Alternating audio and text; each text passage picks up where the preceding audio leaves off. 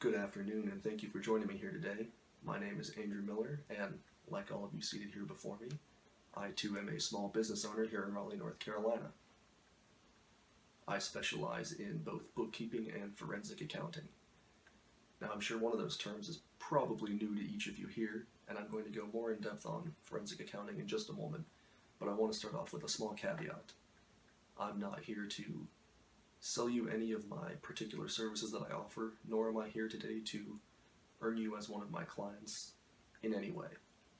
Instead, I'm simply here, as are all of us, to help each other out as small business owners, and I'd like to give you a little bit more information on what I specialize in, basically keeping track of numbers and ensuring that we are turning profits, not losing money. So, what is bookkeeping? Bookkeeping, simply put, is keeping track of all the money inflows and outflows of a business.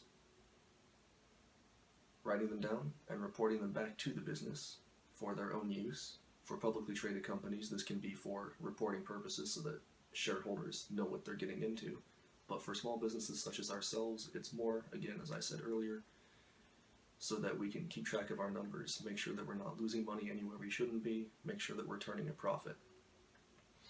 Now, this bookkeeping is the most basic level of service an accounting firm will offer you. Any accounting firm will offer it, which is why I added another layer on top of that with forensic accounting. Now, forensic accounting, it starts off the same way as bookkeeping. You keep track of the money inflows and outflows of a business and report them back to the business. However, it then adds the extra layer of analyzing that data to see if there are any discrepancies anywhere in the numbers.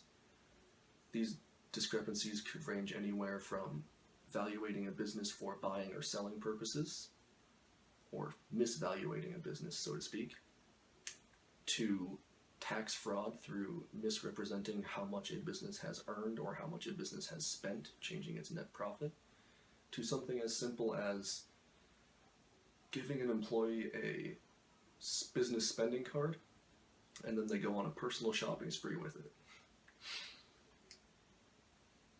Now, this forensic accounting portion of it is done in many different ways, but the way that I prefer and the way that I operate with forensic accounting is by becoming intimate with an industry and learning how much different products and services, supplies, should cost in that industry, and how much a business should be budgeting for its departments for its entire year supply of,